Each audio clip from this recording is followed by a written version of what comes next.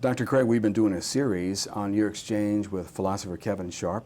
A great exchange, and the transcription is available at reasonablefaith.org. Looking over this transcription just really reveals some of the deep subjects that were involved.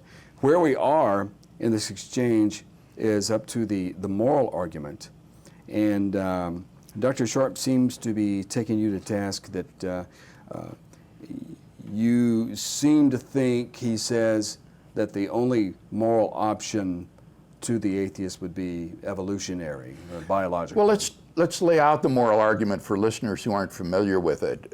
The argument goes like this. Premise one says, if God does not exist, then objective moral values and duties do not exist. That is to say, everything becomes relative. There is no objective standard of good and evil, right and wrong. Premise two says, but objective moral values and duties do exist. There really are some things that are evil, some things that are really right or wrong, from which it follows three, therefore God exists. And he thinks that in my defense of the first premise, that if God does not exist, objective moral values and duties do not exist, all I consider is evolutionary ethics, or a kind of reductive naturalism, where moral values are the spin-offs of the socio-biological process. Sometimes this is called evolutionary psychology, and it's an attempt to explain human moral beliefs as just the product of biological and social evolution. Okay. And he's really, right here, starting to say, you know nothing about ethics because there's so many ethical theories out there. Dozens of theories of moral values and moral duties are objective, and they're not naturalist, and they make no appeal to God's. But you mentioned some of those as well in some of your work. Yes, I think that the evolutionary or naturalistic account is the most plausible atheistic account. It seems to me that if atheism is true, then this naturalistic account is the most plausible version that the atheist can give.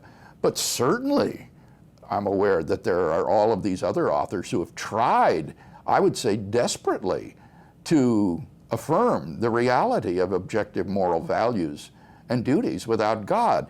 But simply providing a list, as Dr. Scharp does nothing to show their explanatory adequacy, that these are good theories or plausible theories. In fact, we know that most of them can't be because they're contradictory with each other. They will agree that there are objective moral values and duties, but they ground them differently or conceive them differently, and they can't all be true. So we know that most of them are false just by the fact that they are mutually inconsistent. Now later in the dialogue, Scharp responds, well, yes, but they all agree that moral values and duties are objective. Well, fine, that's just premise two of the argument. Yes, we do agree with that. But they don't do anything to show that in the absence of God, it's plausible to think that there would be objective moral values and duties.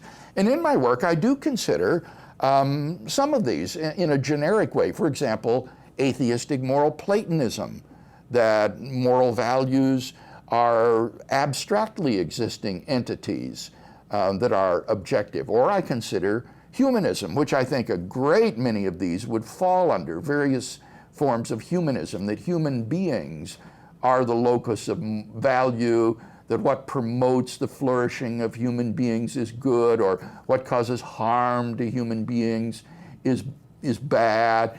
And I provide responses to those where I try to show that those are explanatorily inadequate. They involve arbitrary and premature stopping points that just assume, for example, the intrinsic goodness or value of human beings. And on atheism, I just don't see any reason to think that this relatively advanced primate on this planet would be invested with objective value, much less that he would have objective obligations and prohibitions to fulfill.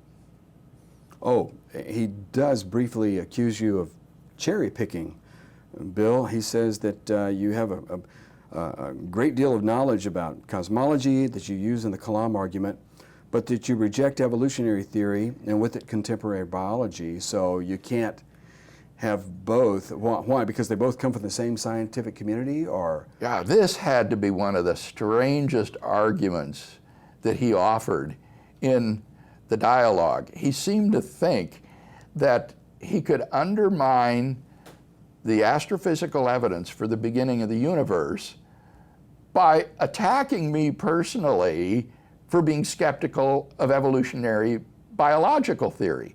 Now, even if that were correct, Kevin, that my skepticism about evolutionary biology is ill-founded and superficial and wrong, that doesn't do anything to refute the cosmological evidence that the universe began to exist. Moreover, he's simply wrong when he says that I deny the biological theory of evolution. But what I've said is that I'm skeptical that you can explain this extraordinary biological complexity through the twin mechanisms of genetic mutations and natural selection. And here I'm in very good company. An evolutionary biologist like Francisco Ayala, for example, whom I debated on intelligent design at the University of Indiana, says virtually the same thing. He says common ancestry is well established. We don't really understand the mechanisms that led to the evolution of biological complexity.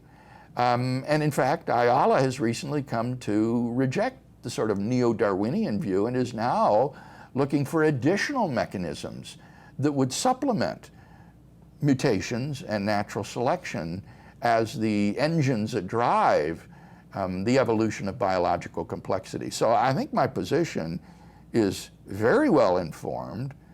It's in line with what some top evolutionary biologists are saying, and it's most importantly an open-minded attitude, open to be convinced, open to the evidence, not denying it, but just saying it hasn't been shown to me yet to be convincing. Okay.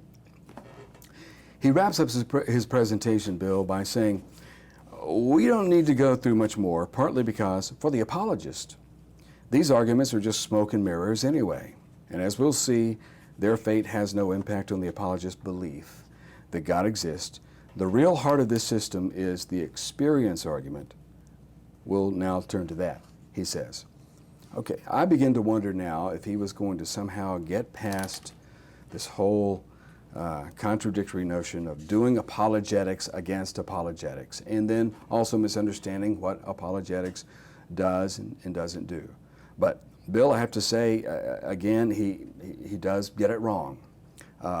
He doesn't understand your position on knowing versus showing and what the apologetics enterprise is. Oh, with respect to the proper basicality of belief in God, you're saying.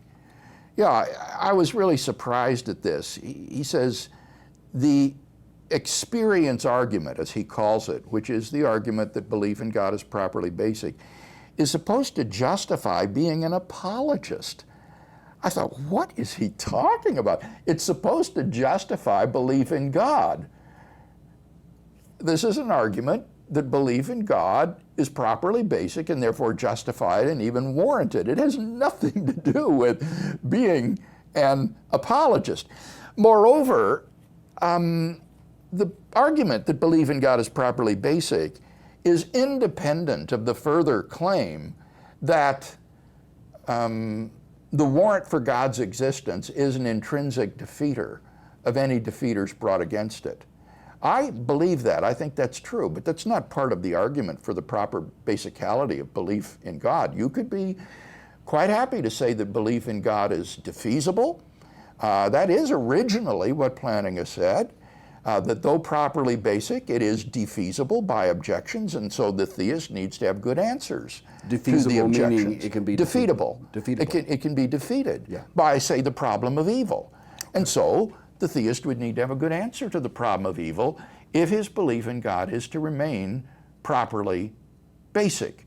And the idea of an intrinsic defeater only comes later and is quite independent of this. So I think, again, Kevin doesn't understand Plantinga's epistemology and has misconstrued it as somehow an attack upon critical thinking.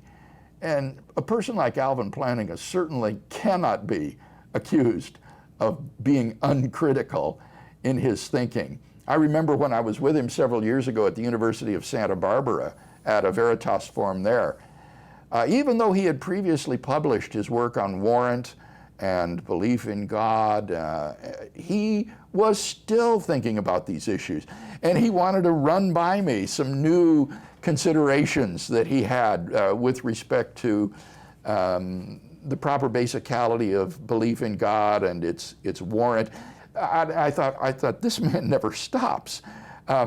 He's still critically thinking through these issues and examining them. So this is really a cheap shot by Kevin Scharp to say that a person who thinks that belief in God is properly basic is no longer a critical thinker. Okay. Well, he says, because, further down, quoting now, the apologist is concerned first and foremost with defending the belief that God exists.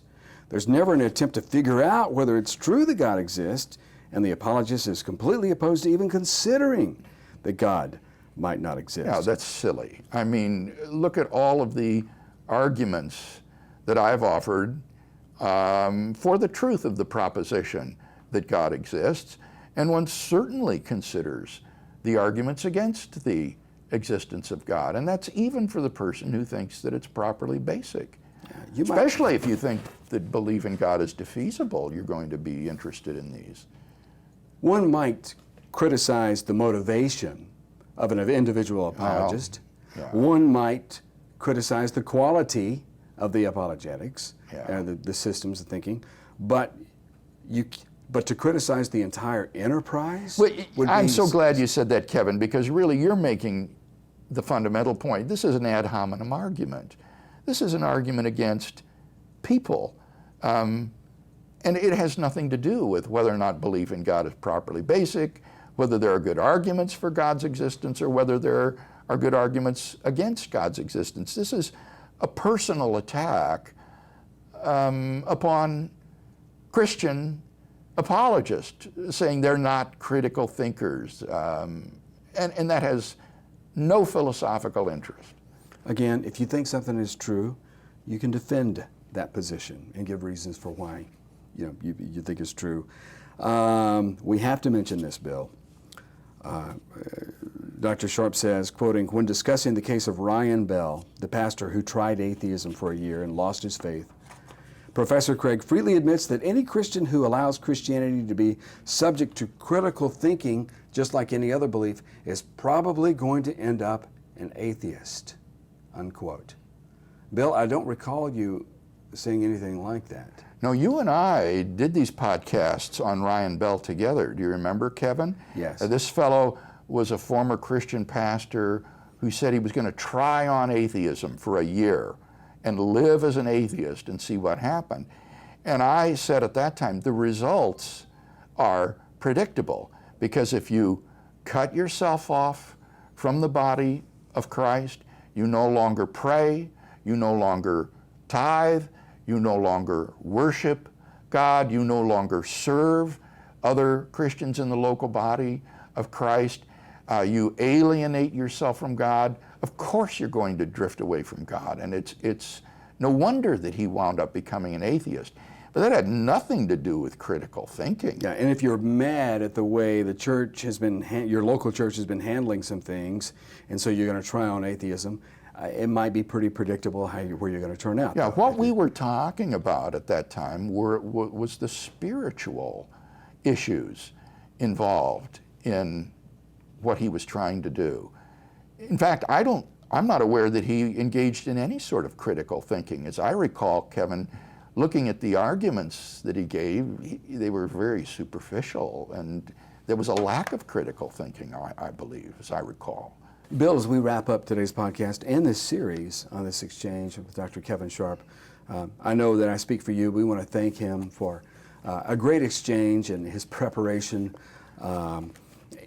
Is there anything else that kind of on your mind here as we wrap up? Well, I want to series? second that as well, Kevin. I want to thank Kevin Scharp for the diligence and the preparation he put into this dialogue, which made it a very interesting and worthwhile exchange that I think will repay study for years to come.